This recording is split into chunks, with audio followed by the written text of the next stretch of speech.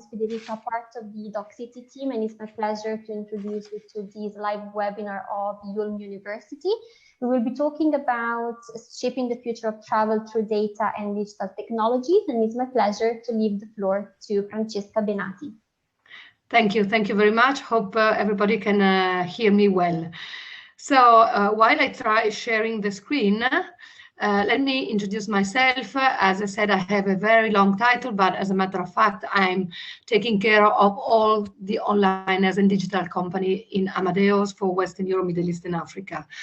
And Amadeus is a leading technological company providing solutions for all the players in the travel ecosystem, whether are they airlines, hospitality, transportation, tour operator, travel agency. Our solution really connect all the travel ecosystem. This is why I'm very pleased to be here with you today and give you a little bit of insight on what is happening and what happened with the COVID situation and how technology and data can really help rebuilding our future.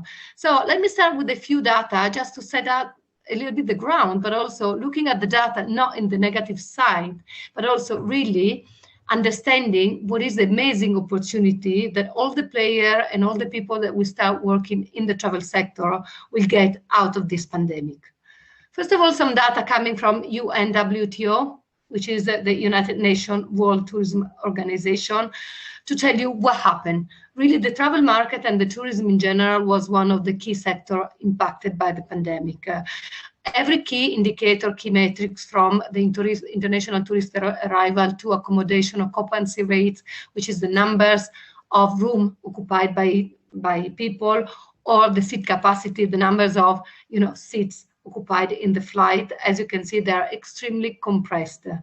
So we talk in general, these are worldwide data, minus 83% of the tourism arrival in general in the world. So just 17% of the people are going around.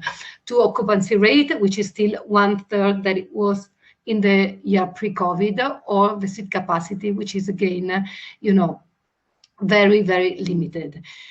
And this is true everywhere. Of course, there are fluctuations, there are differentiation, whether we are talking about domestic destination, local, or international travel. But overall, it's true that the travel market has gone through one of the biggest disruptions in their history, and they will have to rethink completely the way we operate. A few other elements, just to give you really the appreciation of the phenomenon. At the moment, we have 50% of the flight that are flying in the sky, and of these, only 50% of the seats are occupied. So it's really very, very, sad story. This is not going any better for the hotel, even if it very much depends. On the right side, you can see the numbers of growth of hotel. Well, the weight of the hotel occupancy compared to last year, they're really, we moved from a 26% in Europe to a very healthy 67% in China. This is due to the wave and the shape of, the recovery in that country. But as you can see, the best exploit is made in China, and still 1/3 of the capacity is around and is missing. This is to give you a little bit more the differences between, the numbers of, room occupied and the revenue. And still Europe is really lagging behind with 30% of the occupancy and 26% of the revenue compared to last year. When we look at the recovery, these are the official numbers that all the transportation industry is looking out in the world. It's from IATA, which is the International Association of Aviation Transport.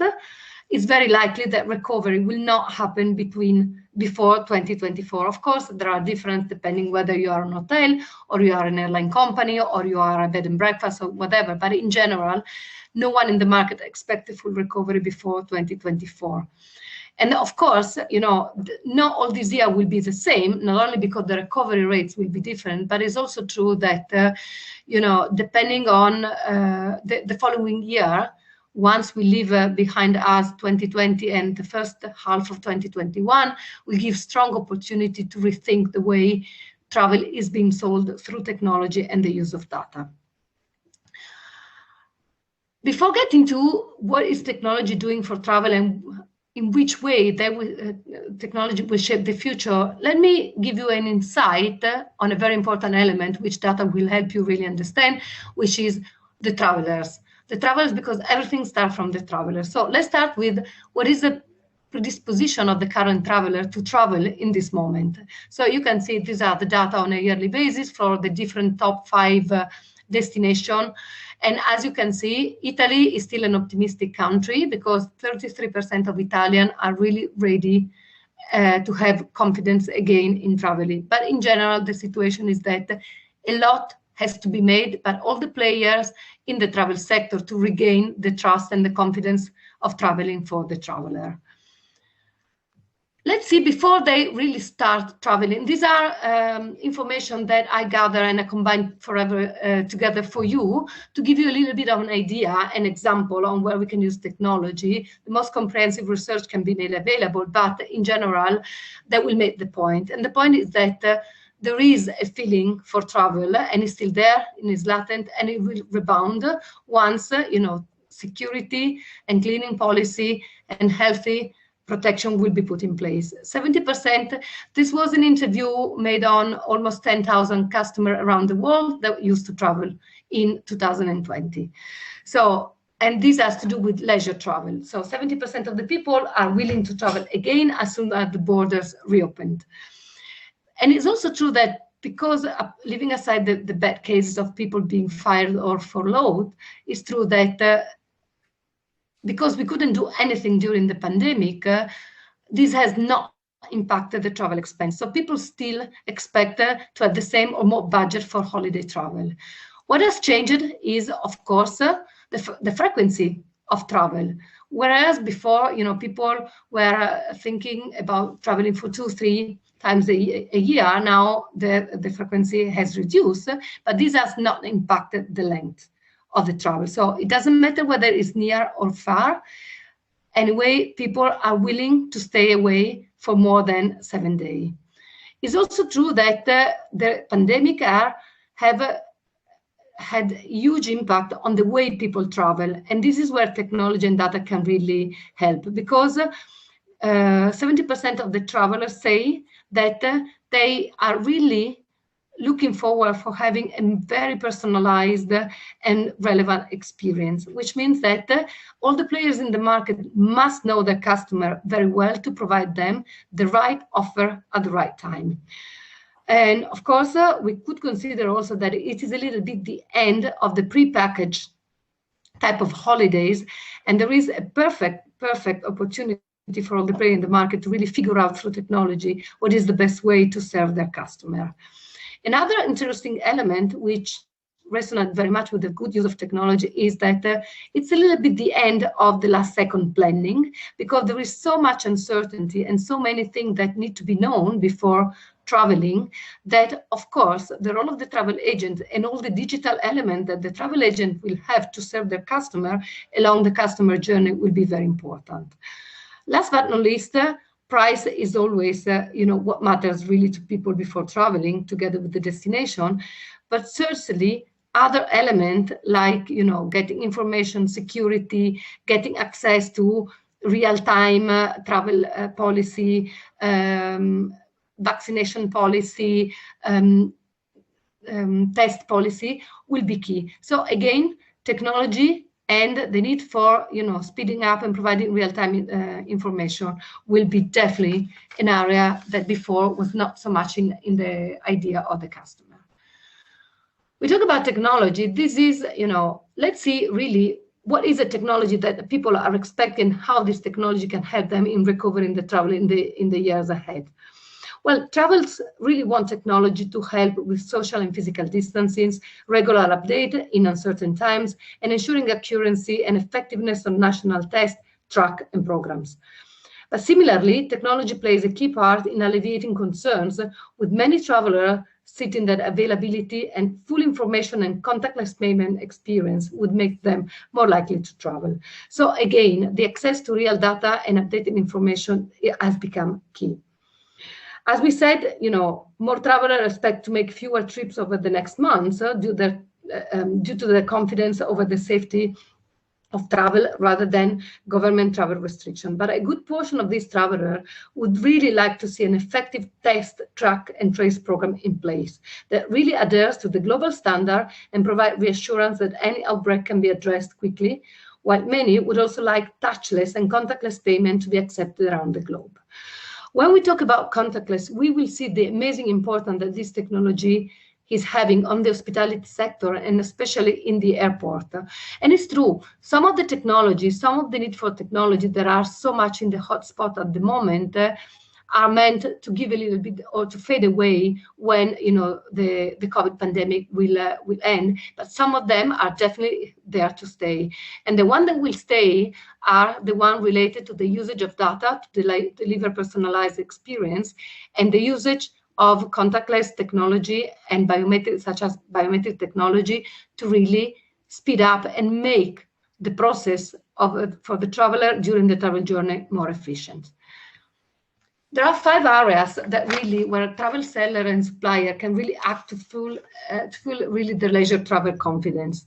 And as you can see, all of them cannot be delivered without a strong usage of technology and data. Dynamic and diversified offers, we have seen, is now no longer the era of the pre-packaged holidays.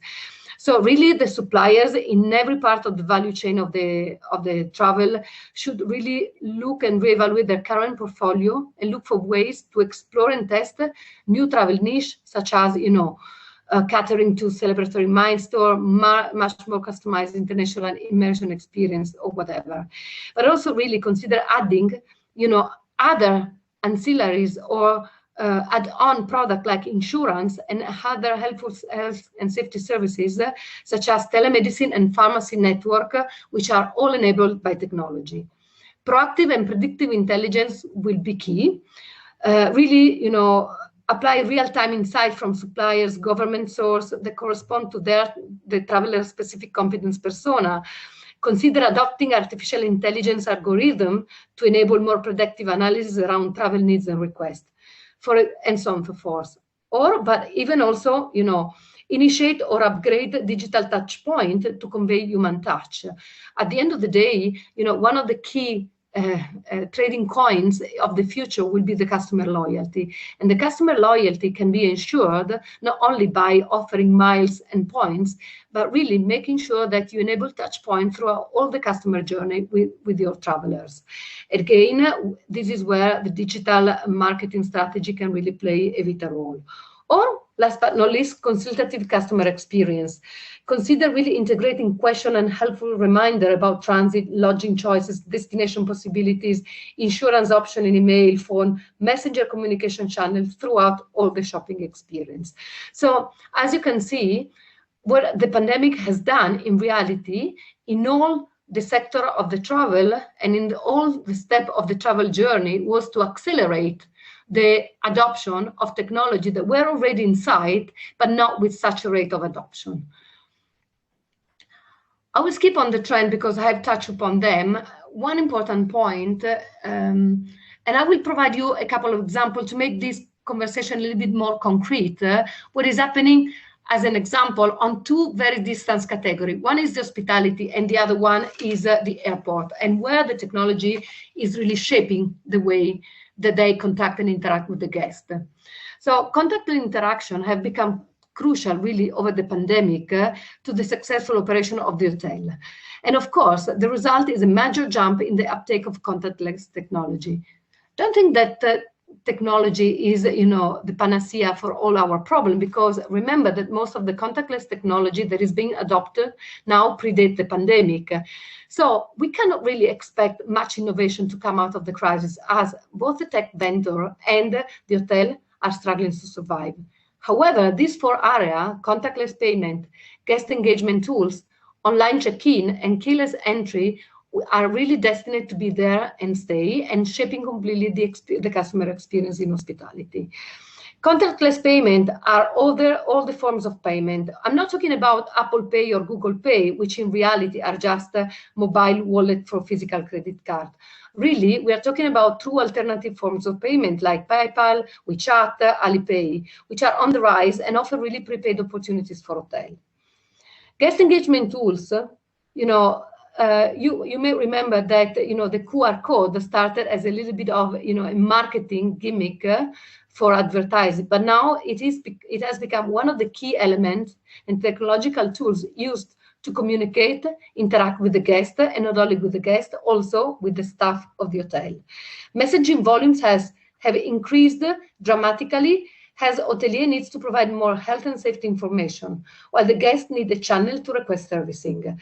Linking this tool to workflow and staff collaboration really released their true potential. So expect, and they are so much on the hot spot that TripAdvisor, in their review, is inserting the level of interaction through messaging and through chatbot as one of the elements to evaluate the stay in the hotel.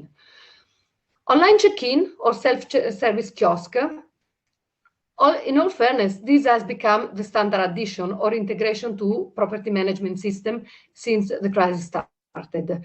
One of the barriers to adoption was the legacy system used by the customer relationship marketing tools and the revenue management tools that usually hoteliers have. But now all the major tech players in the area are providing this as an added feature that complement very well every system that every hotel has in-house. So really the focus is to provide a clear tool and really where possible the adoption of a very simple approach will really enhance usability and increase conversion. The online check-in is solving two problems, not only to avoid contact, but also in the future to streamline the operation at the reception of the hotel. And it's more on the area of online than self-service, because self-service sometimes can be a little bit overwhelming because you are requested to do yourself a lot of different options from putting your personal data, credit card, that can become complex. While online check-in allows the customer and the hotelier to split the touch point along the journey and get to the hotel with the majority of the hurdles being already completed. Keyless entry is really, at the point of the iceberg of touchless technology. However, the adoption has been limited because this is the most capital-intensive technology. And also, there is the majority of the keyless entry that we see in the market are based on Bluetooth, and Bluetooth require an internet connection. So, but we are seeing a lot of innovation coming through using different type of networking and, data transportation to use this type of technology. Again, as I said, some of these areas will be more limited when the pandemic is over. But certainly, online check-in as part of the customer experience, contactless payment, and guest engagement tool will be there, especially because no matter what the technology is, the usage and the real power of the contactless technology really lies in the additional data and knowledge that hotelier can gather from this tool. Contactless technology might not be as revolutionary of some make it out to be, because at the end, as I said, is mostly old tech. But the impact can be really far-reaching because that will give you an immense data set that with the right tool, hotelier can use to really further expand and increase the relationship with their customer. Another example, and I'm sorry because I couldn't really download in a better way, but this is how the travel at the airport could look like in the future by using contactless and biometric technology. So as you can see, and think about yourself passing through all the different steps from the arrival in the airport to the board of an airplane. This is where really technology can make the difference, from updated information and resources, social distancing with a technological element that can really measure the distance and allow people to be at the correct pace, or automated health check. You get on the scan without touching anyone. But basically, the adoption of this technology will be in the area of reducing the human touch, and also improving efficiency of the operation. Just as a few examples, movement tracking or robot power service for all the baggage claims, or enhanced digital identification. We have seen in many, many airports, but really the area of digital identification and the use of biometric technology is really being piloted across all the world, having the European airport being a little bit in the front line for the use of technology. Please remember that it's not requiring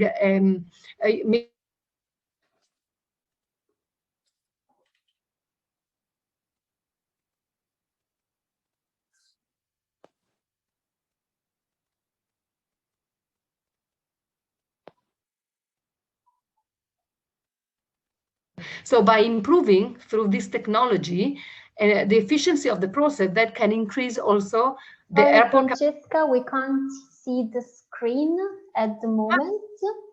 So okay, when did you lose my screen? Just like a couple of minutes before. Okay, because this happened already another time, so I need unfortunately to unshare and reshare. Sorry for that. No problem. But yeah, okay. Tell me if you can see it now. Yeah, now it's good. Okay. So these were the steps I was talking about the airport. So again, technology is really a driver of additional revenue for the player in the airline sector. Last but not least, it's true that travel will recover, but it's also true, and this is an example of concrete thing that technology is enabling, that we will have to live with the COVID for a long time, and before there will be, you know, an overall immunity thanks to the vaccine, at least 18 to 24 months will pass. So there is a need to provide a seamless travel journey to travelers, but also complying with the health and security measurement and restriction that the government and the airline and the airport impose. So a lot of players in the market, from you know, Oracle, IBM, IATA, the association I mentioned you before for the data, are experimenting. Of course, Amadeus as a partner is involved. Different solutions that use technology and digitalization to really provide a seamless travel experience. This is a very complex solution because you have to have, and let me show you this example, but this is reality because it's already in pilot with Iberia and British Airways. In Europe, there is this, it's called IATA Digital Travel Pass. In the same application using technology and digital app, you will have combined together all the repository where you can have a lab to do the test.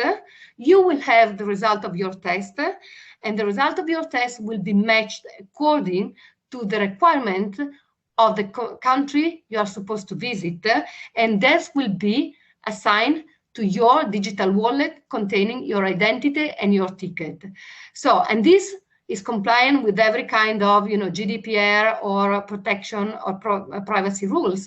But here, in a very simple, you know, app, you will find everything that you need to travel safety again and compliant with you know, the regulation of the country you want to go. Imagine the infrastructure behind. So this is really, you know, how technology is really fostering, empowering the way we look at the travel from now on. So these were 3 examples to give you concrete idea of what the technology is enabling. And as you can see from these 3 examples, and imagine the way you used to travel until, you know, 2 years ago, this is a completely different environment. So to conclude, you know, really, we all believe that the recovery will come, but rethinking travel through technology is the first step. So millions of travelers are out there and dreaming their next adventure. They need that all the players in the industry, providers, airline, hospitality, help them successfully navigate through the changing border restriction, capacity, and other operation. Seizing the opportunity requires, of course, a willing entrepreneurial spirit and the courage to change from top to tail. But more importantly, require the adoption of technology and data. So that concludes my speech. I hope I haven't been too quick, because usually I speak much faster, and I hand over now to for the next session. Thank you.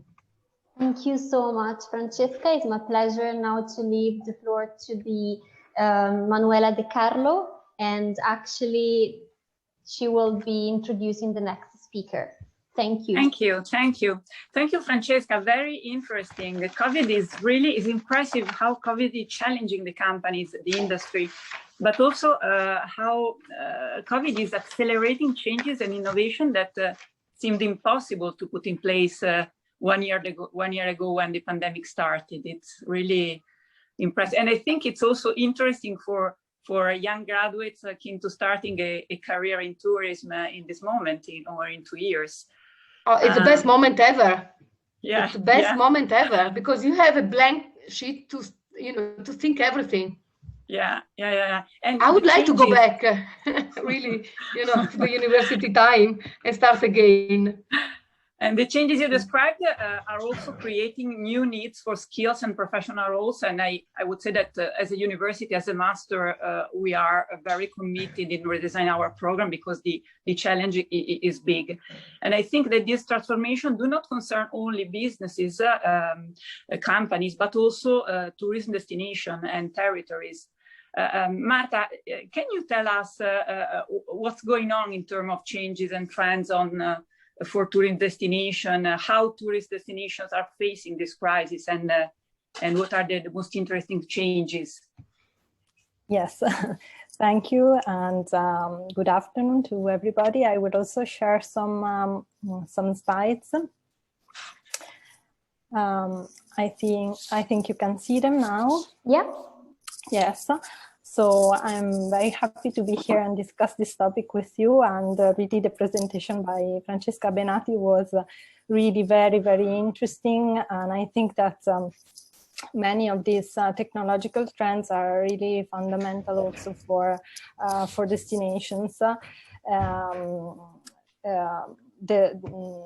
The title of the presentation, Tourist Destination Changes and Trends, is a huge topic. And so today I would like to mention only one kind of destinations, cities of art, because I teach tourism marketing at YULM, but with a focus on cultural destinations. And also with YULM University, we are working very much in supporting many destinations at a local level in trying to find new ways for their recovery. So this is a very important topic for us. It is, of course, difficult to discuss about cultural destinations, cultural tours today, and city tourism today, because we know that the pandemic has hit cities particularly hard. And also, in particular, also the cultural sector, which is this match between culture and tourism is very important for many destinations, and in Italy is a strategic issue. But it is also an opportunity to rethink tourism in urban destinations. And so, as Francesca was saying, this is a good moment also to rethink this match and to rethink to the competitiveness of destinations. And to find really new opportunities and new ways of connecting the two sectors and to make them work together. And probably never as now the competitiveness of destination is played on the ability of also strategically connect all the elements of the destination itself and all the elements of attractiveness and putting them together in a smart way. And here technology also plays a very important role to communicate all this offer to the right tourist in the right moment with the right tools. And here in this figure, you can see how cultural experiences and creative experiences enter all the aspects of a holiday. And so destinations today need to put all these elements together and make collaborating the two sectors both on a B2C level, so promoting this offer to tourists, but also on a B2B level. And here technology can also be strategic. So to make the cultural and creative sector provide products and services for the tourism industry as well. So two levels of reasoning, B2C and B2B. And so today is really very important to be able for destination managers, and this is now the other side of the medal. On the one side, we have the tourism industry. On the other side, we have all the destination management issue, which is very interesting and really a very, very interesting area also in which to work today. The need to to be very flexible and to plan strategically a distinctive and high quality offer. And this, I found this also in Francesca's presentation when she was saying that tourists that we will come back very soon will be more conscious, demanding, and Francesca was saying, no, they will look for very personalized and special experiences and with a very clear bucket list, because they had months to think where they want to go and in the next years and months. So this is a very important moment. Another issue that was very important in the last years, the one of over-tourism, is not disappeared. So the issue of sustainability, of using in a sustainable way natural and cultural resources remain very important. And also many of the strategies that we were putting in place to manage and to cope with over-tourism will be also very useful in managing the post-COVID tourism and manage tourist flows at the destination level, to manage resources at the destination level. So this is another important topic. And here again, I would say technology plays a central role.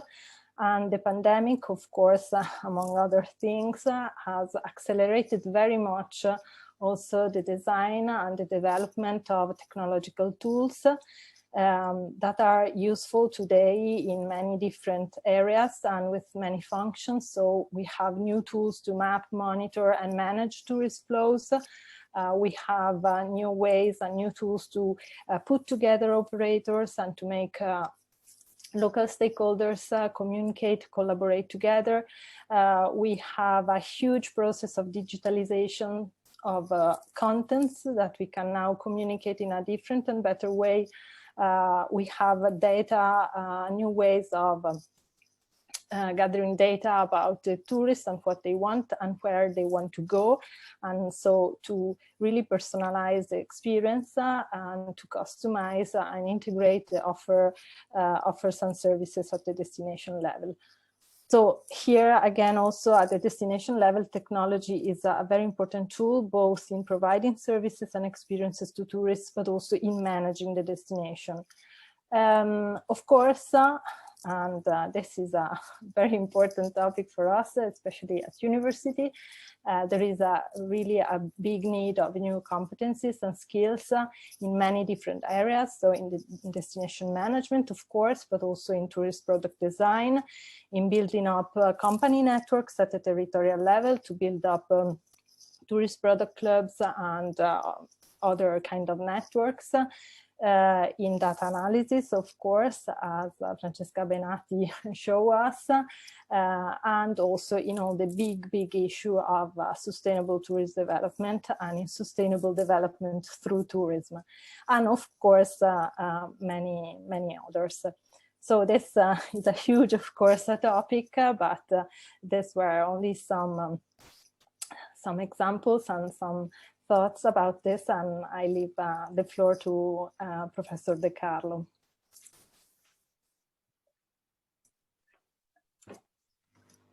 Thank you. Thank you, Marta. Very interesting.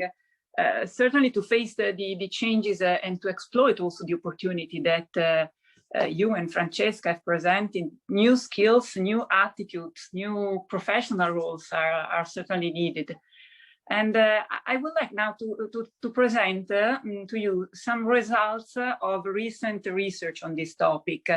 If you can help me, Marta, with the presentation, in the next chart, we have the result of the research that we have carried out at the end of 2019, just before the beginning of the pandemic. This is a survey on about 160 hotel companies in Italy, in the figure on the left. We asked company what skills were most sought after and if they could find them in the job market. And as you can see, only 6% of respondents managed to find the necessary skills on the job market. 18% do not find them, and all were completely negative, in trouble, and 66 find partially the required skills and professional roles. So the situation is also quite critical if we analyze the perception of graduates of bachelor and master programs in tourism in Italy, in the figure on the right. Here you can see that more than 60% of graduates, of respondents, say that the skills learned at the university in the bachelor in tourism were not at all, 29%, or were only partially, 42%, useful for that job.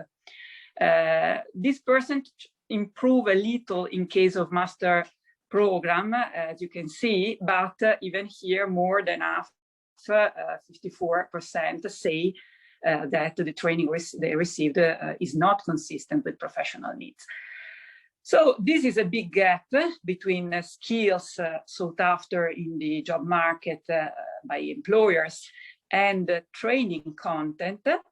And this gap is confirmed by many other research at European and international level.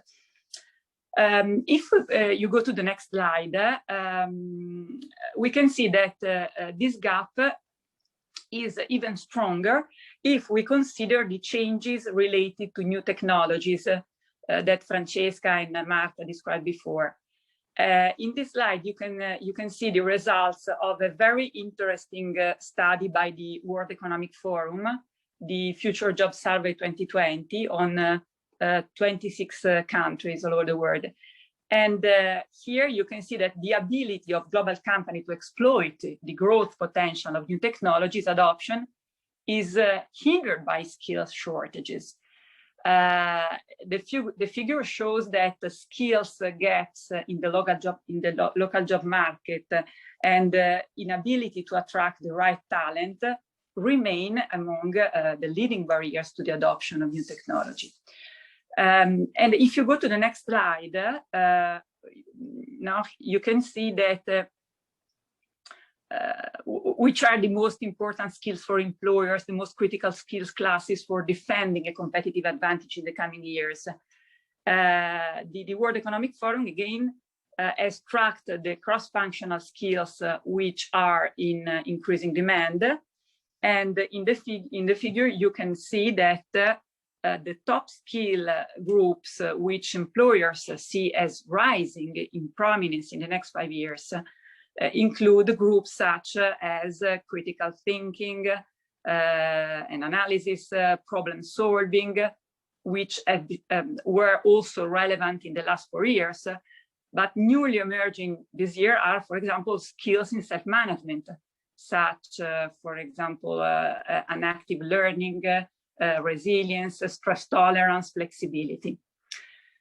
And if you go to the next slide, you can see the 15 skills that employers consider most critical for for the next 5 years. And you can see analytical skills, an active learning, a complex problem solving, critical thinking, creativity, leadership and social influence, and so on. So this is really a challenging scenario.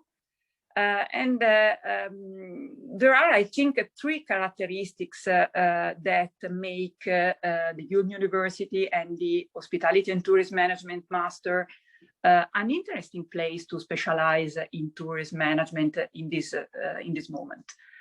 First of all, our very close collaboration with companies in the sector.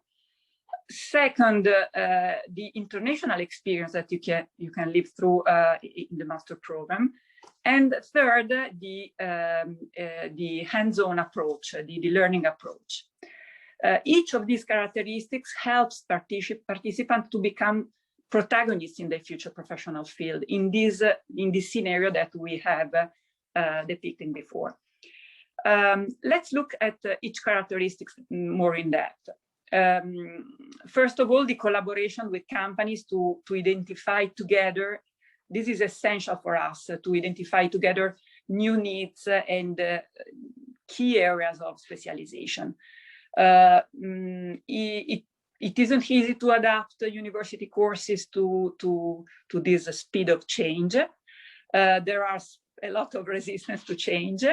But over the past 18 years, YULM has collaborated with the major companies in the sector to design programs in line with their expectations and to support them in training the most sought after professional profiles that were difficult to find in the job market.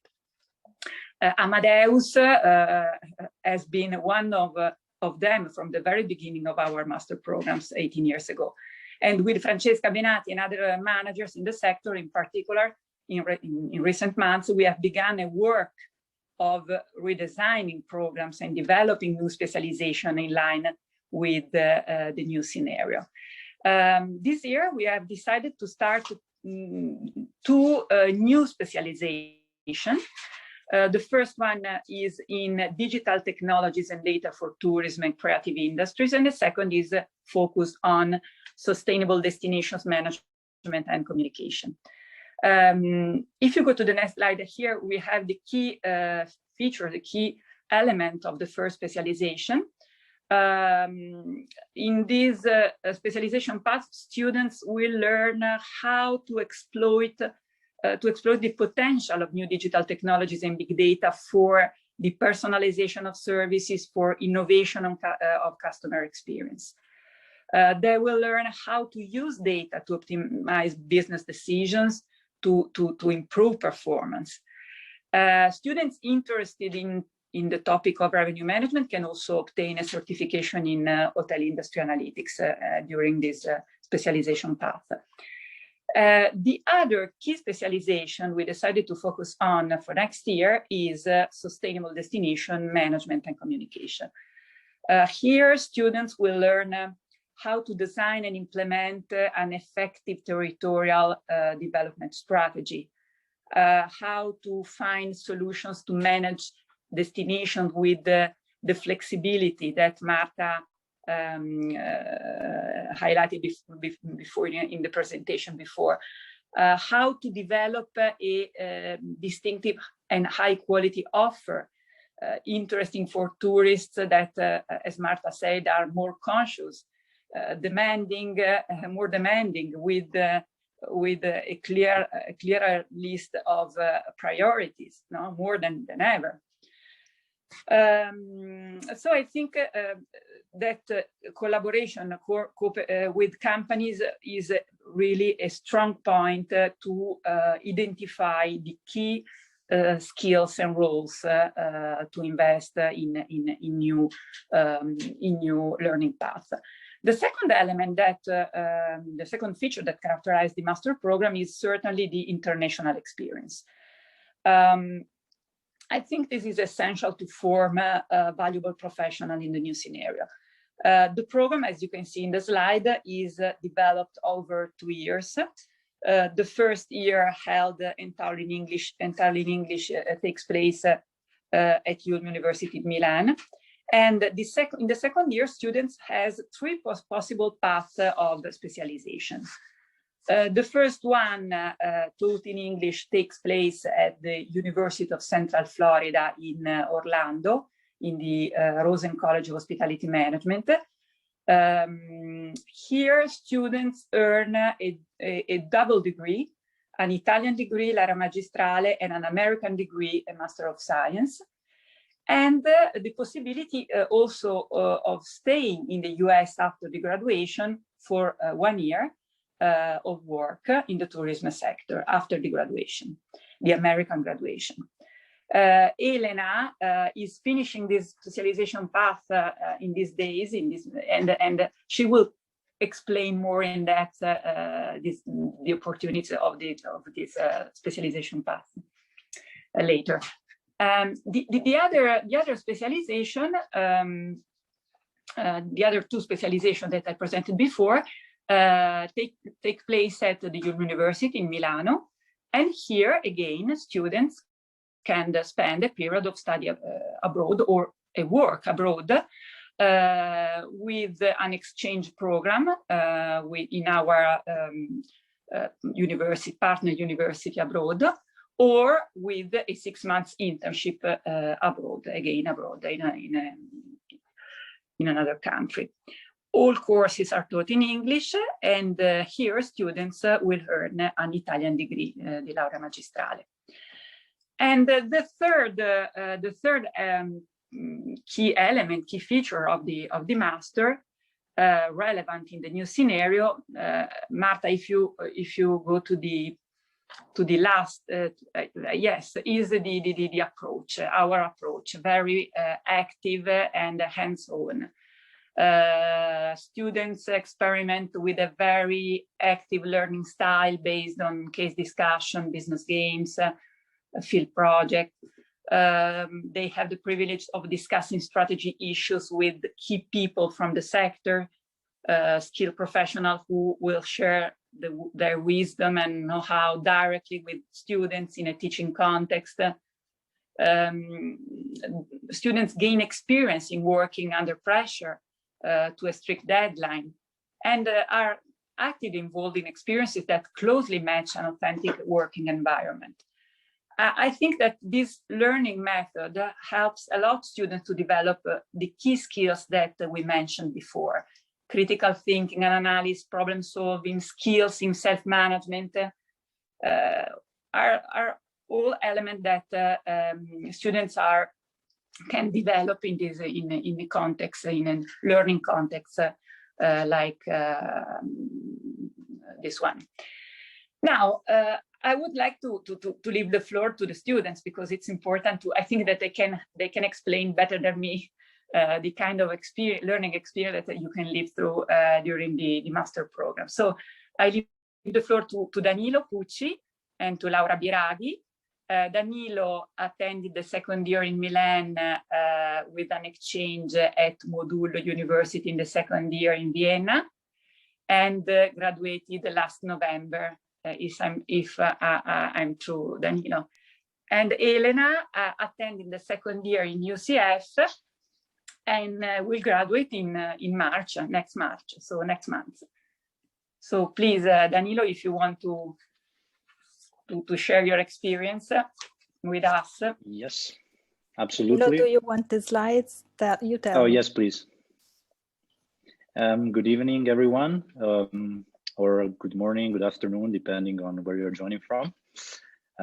Today, I'd like to tell you two short stories from a student perspective.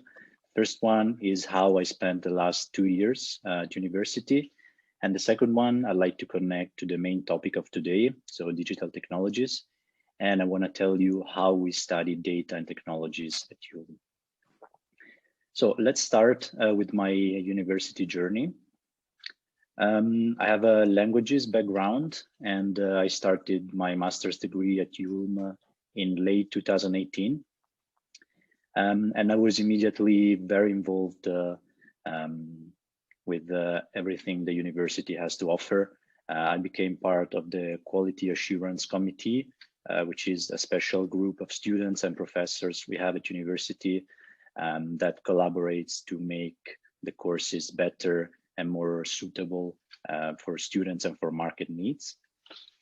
Then I actually had the opportunity to work for a couple of months as a paid job inside university, where I was collaborating in the career service office, so helping students find an internship and maintaining relationships with businesses. And third, I was involved in several student challenges, and that was actually one of the perks, I would say, of my experience, because they are actually competitions among students from the whole world and from Europe. And that was very challenging, and maybe we'll have the chance to talk about that later. Then my second year started, and I moved to Vienna, Austria, where I studied at Modul University. And there, my main focus was hospitality management and economics. Then I came back to Milan, and I immediately started my internship at the Park Hyatt Milan, which is one of the finest hotels in Europe. And I was working in the front office there. Then, of course, the pandemic came, and I finished working on my thesis, which was on a topic very close to what we discussed today. So I analyzed how luxury hotels in Milan deal with new technologies and how they implement them. And I finally graduated in November, as Professor De Carlo said. And here I am today. So this is just to show you one of the possible paths that you could follow if you choose YULM University. Then my second story, which is actually, as I told you, very connected to the topic of today. If we can go on, please. Thank you. So as Mrs. Benati said, data are fundamental in the tourism of today and tomorrow. And I want to show you how we approach data at university from different perspectives. We start with a discussion on how we search data. So where do we find this data?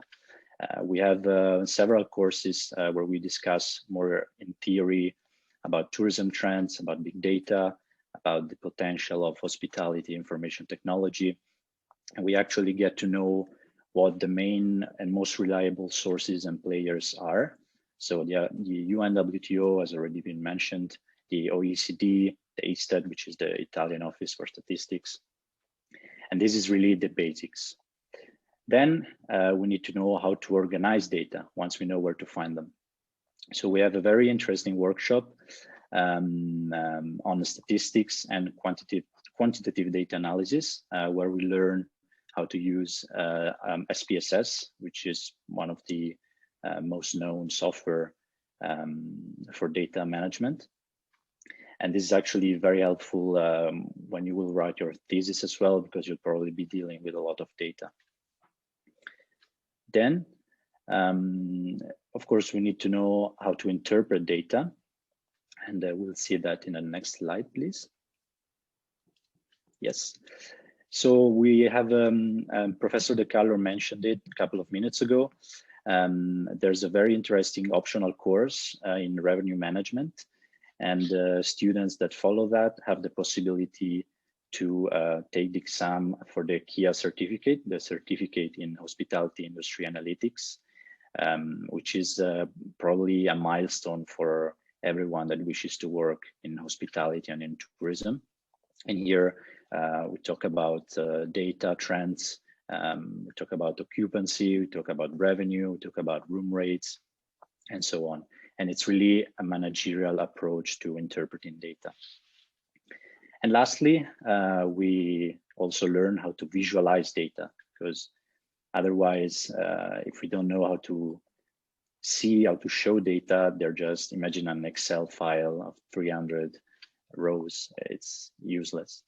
So we have a course that teaches us how to use Tableau, again, a very advanced data visualization software.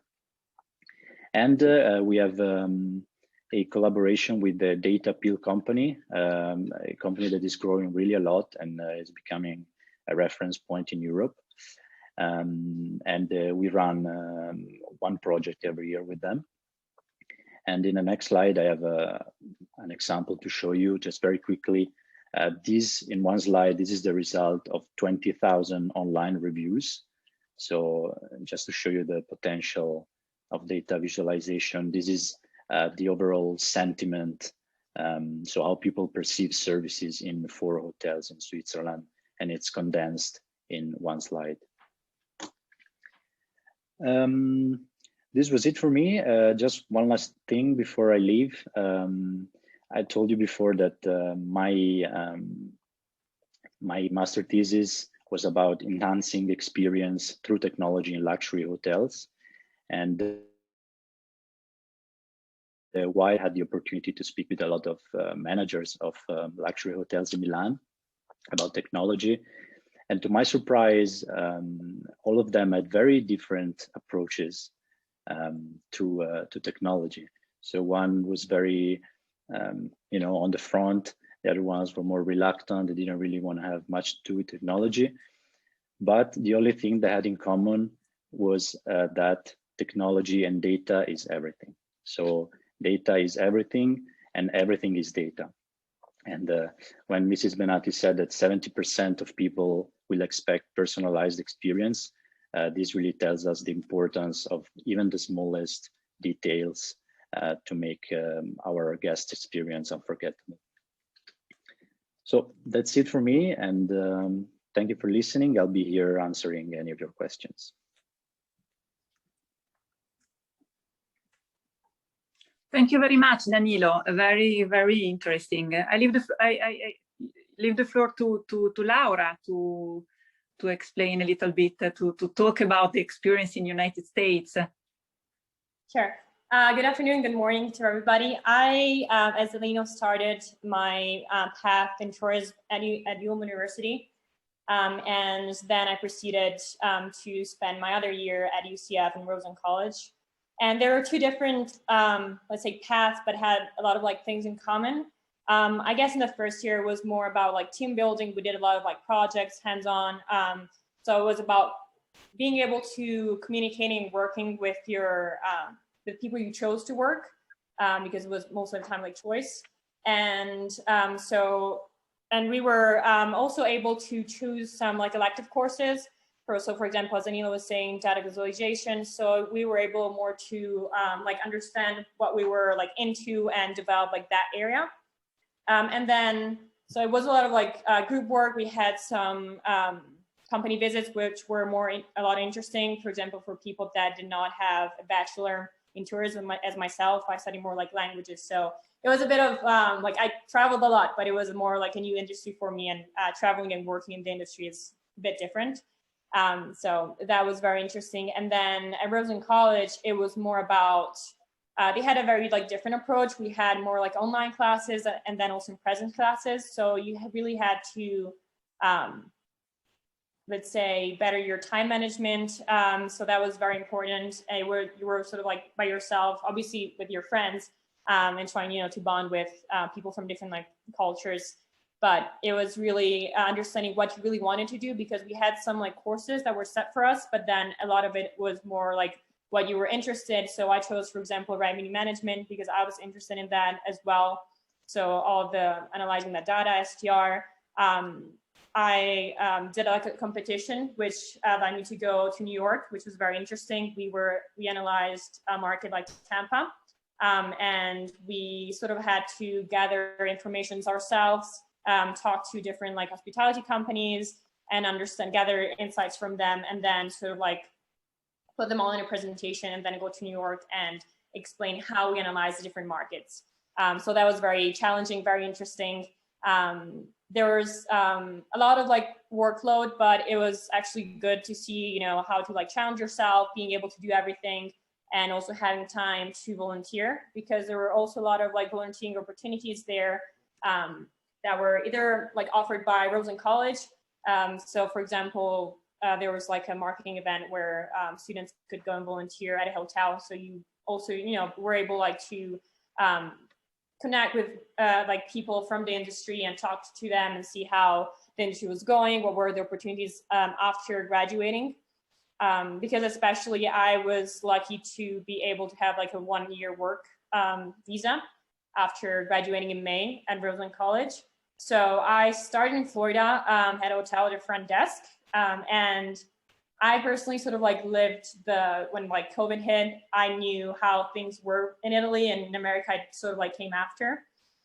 So I decided to move from Orlando because I sort of foresaw like how things could go, and went to Wyoming, which was a very like new state for me, but it was very interesting how the hospitality industry really like changed, because Wyoming is really, and especially Jackson, when like in Orlando, the occupancy just like fell like right away after like COVID hit. In Jackson, we were sold out for months. So people coming from big cities like New York, Boston, they all like fled to us.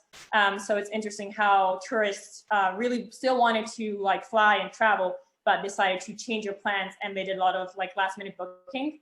So I sort of was able to put in practice what I did learn during like my 2 years, especially with customer service, understanding people, trying to solve problems, because with COVID, new problems arise. So we had to like change our services and everything.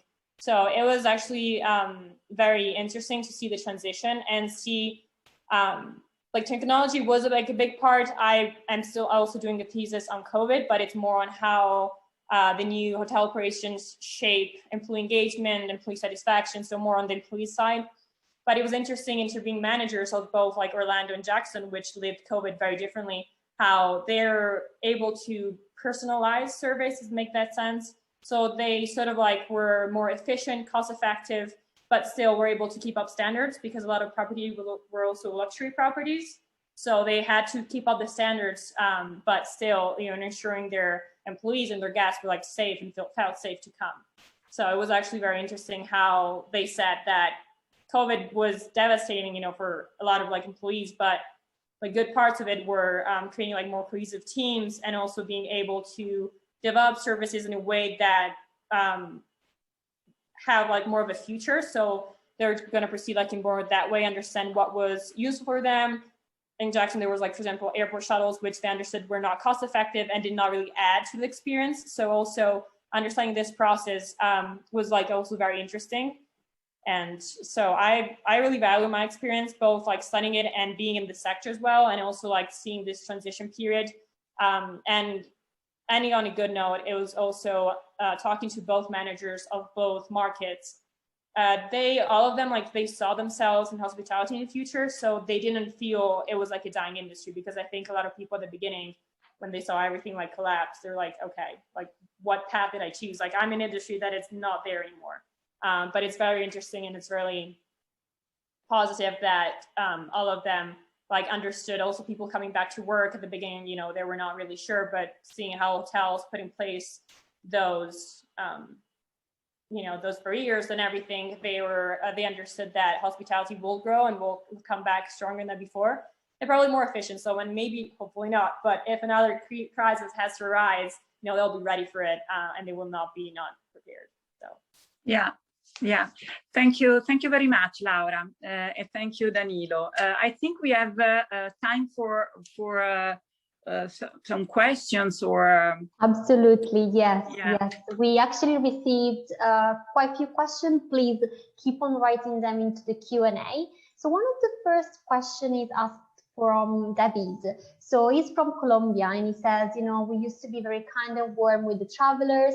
So he says, what can you do to make sure that there is still the human factor in the customer experience despite the social distancing? I would like this question to Francesca Benati. Yeah, I think she's on the field, and I think it's. Well, in reality, I think despite the usage of technology, the travel market, the travel sector, like many other, will find a balance between the degree of human interaction required and the use of technology as enabler for this human interaction. This happened, when there was the rise of the online as a segment in the travel. 10 years ago, 15 years ago, everybody was looking at the market with a very scared approach, because they kept on saying it's the end of the physical travel agency. When you look at Focusrite data, which is the only official source of data, you can see that over the last 5 years, and the trend is continuing, there is a coexistence of the two channels. So there is a sort of balance between, the physical and the digital channel, and we are sure that this is happening also on now with the pandemic. Consider also, when I look at what is happening in the online travel business with the rise of the chatbot and the digital assistant and the artificial intelligence, again, another moment where everybody declare the end of the call center made by human people. In reality, this is not at all. Simply the job of the people working in the call center has dramatically changed versus much more value-added tasks and skills, which make the work much more rewarding for the person, much more rewarding for the travelers, and providing more stability and continuity to the customer base and to the employee base. So I think the technology, you need really to see the technology as an enabler. And as I said, there are things that have to be there for the pandemic, social distancing. But when the social distancing will be over, I'm not expecting technology will not be there. Simply the biometric or the digital wallet will help speed up better the operation in the airport, in the hotel, in the cruises, wherever. So it will be a matter of balancing how you use effectively technology and leaving to the human part the added value, work and job and skills that technology cannot do. Thank you. Thank you so much. We are keep on receiving questions. One is actually more about the master program that you talked about. So they're asking, so thanks for the presentation. How many international students are in the program? Do I need to speak Italian to study at YULM? And finally, actually, they also ask, what kind of job do you think will be more needed in the next future in the hospitality industry? I can answer, and I also ask Marta to add something to that. We have this year 50 students in the class, and we have 10 nationality, but the majority are Italian students. The courses, all the learning activity or the lessons are in English, so you don't need Italian to attend the lessons, but it's really, really important to try to learn, to familiarize with the Italian culture, to benefit of the overall experience in the YULM University. YULM is a very offer a rich, in this period, the situation is a little bit strange, and but is in the normal time, and we hope that in September everything will be back to a more normal situation. You have a lot of events, of expert talk, of opportunity that are offered to students, and some of them are Italian because the context is, and also Milan is a city that it would be very interesting to live and to understand. So Italian is an important part of your experience also for international students. I don't know if Marta Friel want to add something. Maybe I would say that yes, Italian is not required, but Milan is a very international and interesting city, and learning Italian is also an opportunity to get inside some mechanisms of tourism in Italy that are really very peculiar, and I think also very inspiring, and that can be applied to many other destinations around the world. So I think that to study in Italy in Milan is a value added in this master course, and also, of course, being in touch with other cultures inside the class. Yes. Thank you so much. In terms of what will be the opportunity in terms of the job market, do you think there will be, still a lot of people required in the field? Do you think there will be maybe some new job title that will come up because of the pandemic, because of the situation? But I think that, as we told, all the area of data analytics or of digital marketing, digital technologies applied to service design, service personalization will be very, very, very important. So this is the focus of the first new specialization that will start in 2 years, because it will start for students that enter in the program next year in September.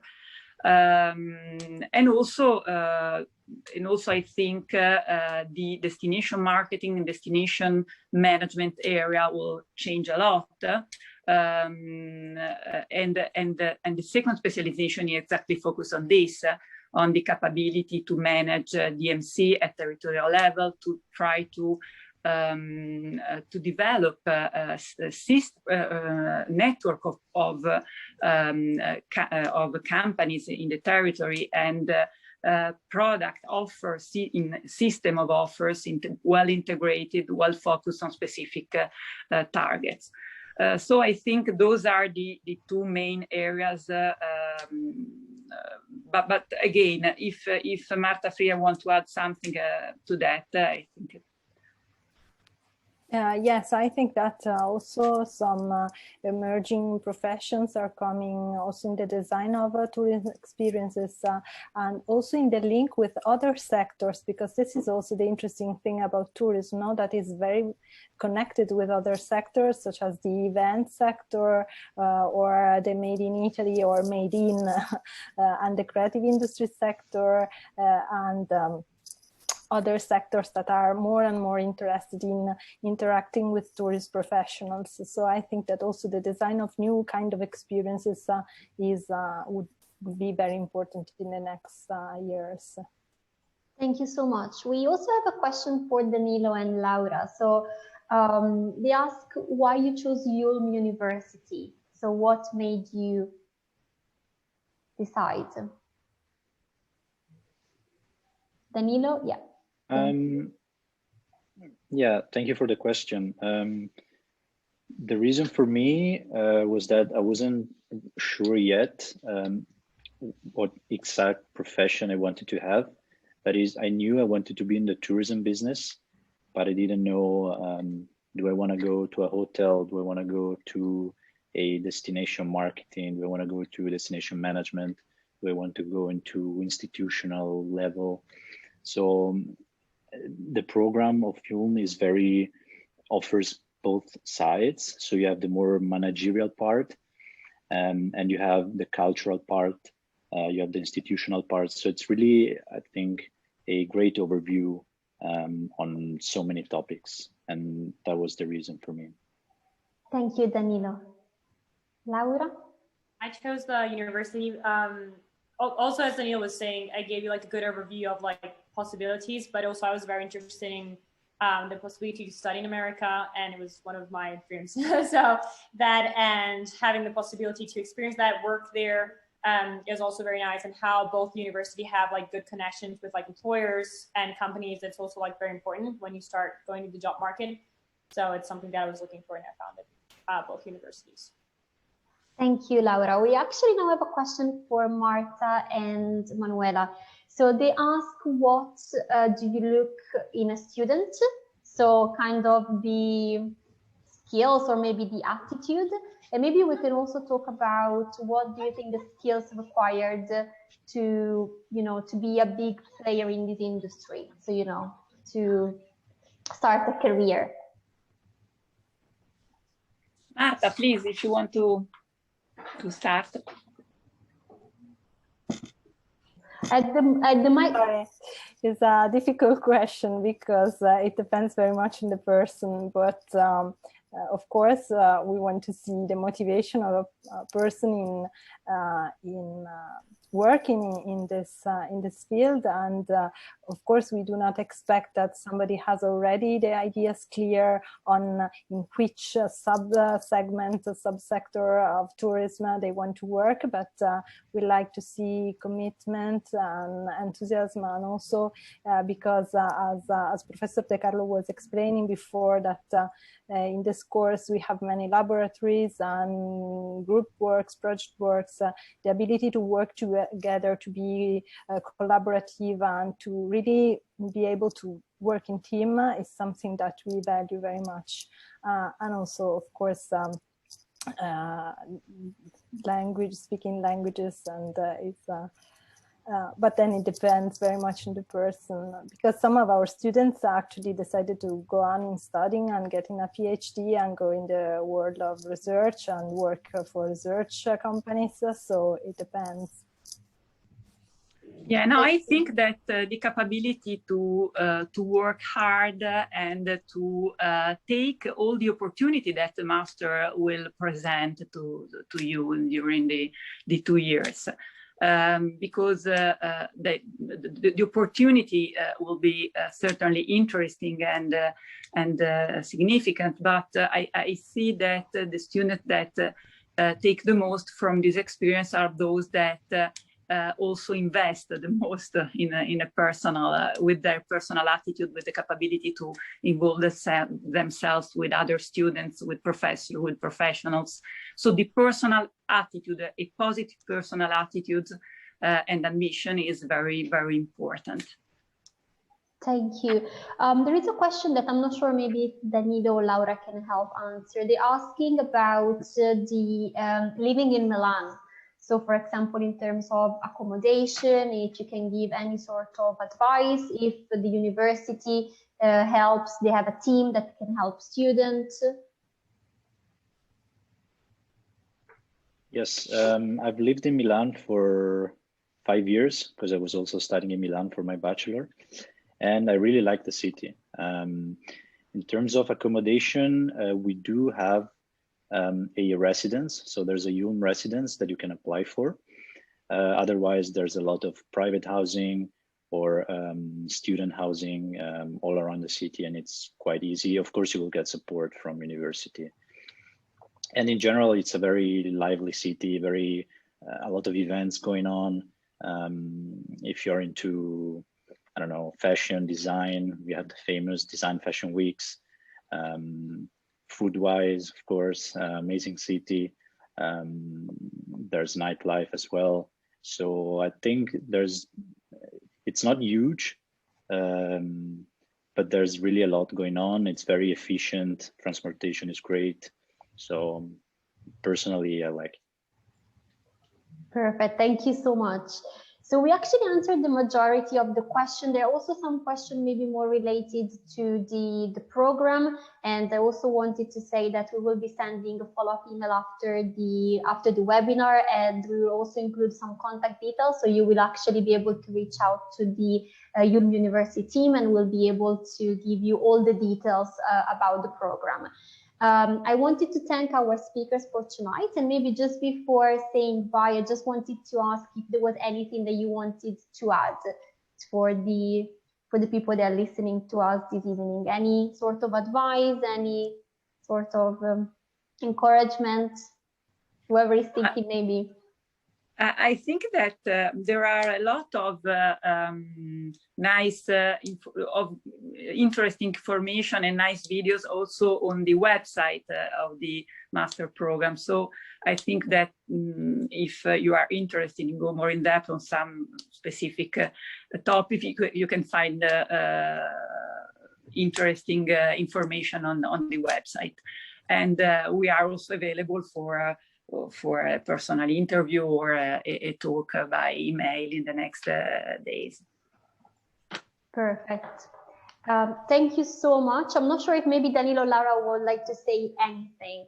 Maybe, you know, we do have people on the other side that are maybe about to make one of their choices about the university. Any advice that you feel like giving? I think that this in general is 2 years.